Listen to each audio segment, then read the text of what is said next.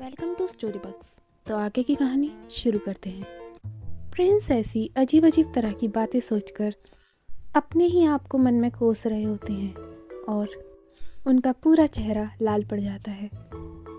वो एकदम से ली चॉनसिंग से दूर हटते हैं और मन ही मन अपने आप को सांत्वना दे रहे होते हैं। ली चॉनसिंग ने प्रिंस को इस तरह पहली बार देखा था।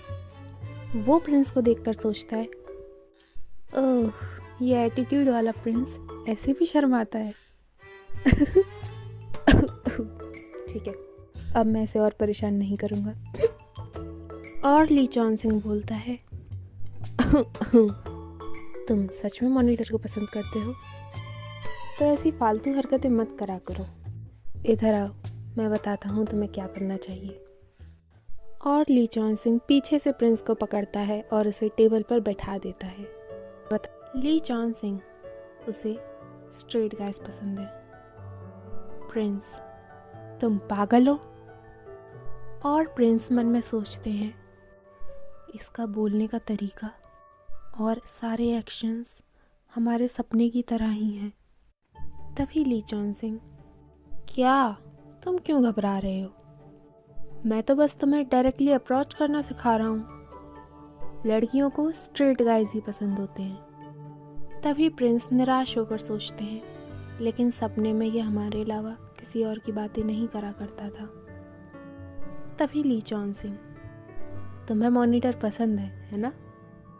अब प्रिंस भड़क कर बोलते हैं, तुम्हें उसकी ज़्यादा चिंता नहीं है? ली चॉनसिंग कंफ्यूज हो जाता है, अब ये गुस्सा क्यों हो गया? प्रिंस, हम इस तरह से कैसे कह सकते हैं? हमने क्या कर दिया? तभी प्रिंस अपने आप को जस्टिफाई करते हैं, गलत मत समझो, हम मिशू को चाहते हैं और इस चीज़ में तुम हमारे अपोनेंट हो, तो हम बस अपनी बातें कंफर्म कर रहे हैं और कोई बात नहीं है। तभी ली चॉनसिंग बोलता है, मुझे गलत मत समझो, बस मॉनिटर ही है पूरे स्कूल में जो मुझे एक स्टूडेंट की तरह ट्रीट करती है।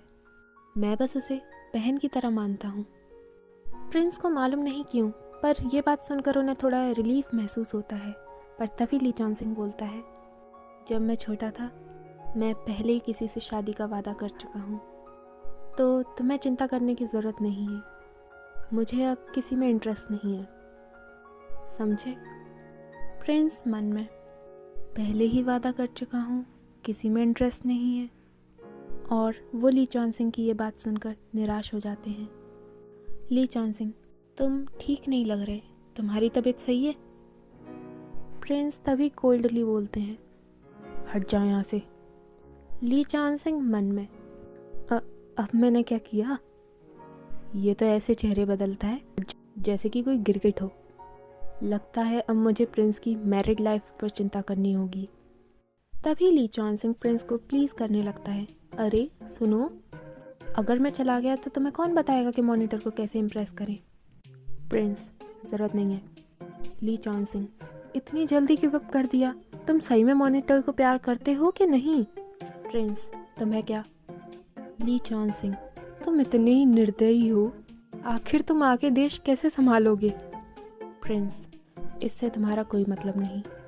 ली चॉनसिंग, ठीक है, मैं चला जाऊंगा। कम से कम मुझे अपना दिल तो दे दो। बिना दिल की चीज़ ले जाऊंगा? तुम्हें लगता नहीं ये बहुत डरावना है? यह सुनकर प्रिंस को गुस्सा आ जाता है। चुप हो जाओ और प्लीज़ यहाँ से चले जाओ। ली चॉनसिंग गुस्से में, ठीक है, जा रहा हूँ। हाँ, तुम्हारी पड़ी भी किसे है? तभी आतिशबाजियाँ चालू होने लग जाती हैं। ली चॉनसिंग रुक जाता है। ओ वाह, ये तो फायरवर्क्स हैं। और वो प्रिंस के आगे जीभ निकालकर वहीं खड़ा हो जाता है और आतिशबाजियाँ निहारने लगता है। ली चॉनसिंग बोलता है, वाह, तुम्हें नहीं लगता ये बहुत ब्यूटीफुल है? मैं ऐसी चीज़ें देख ही नहीं पाता था जब मैं छोटा था, मैं गांव में रहता था ना। प्रिंस उसकी बात का कोई जवाब नहीं देते, पर वो सोचते हैं, अगर उसको ये देखना इतना ही अच्छा लग रहा है तो कोई बात नहीं।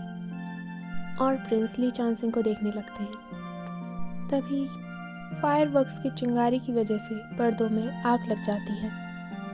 पूरा वेन्यू आग से भर जाता है। यह सब देखकर प्रिंस को कुछ बचपन की स्मृतियां याद आने लगती हैं, जिसमें बचपन में प्रिंस आग से डरने की वजह से एक कोने में बैठकर मदद के लिए पुकारने लगते हैं।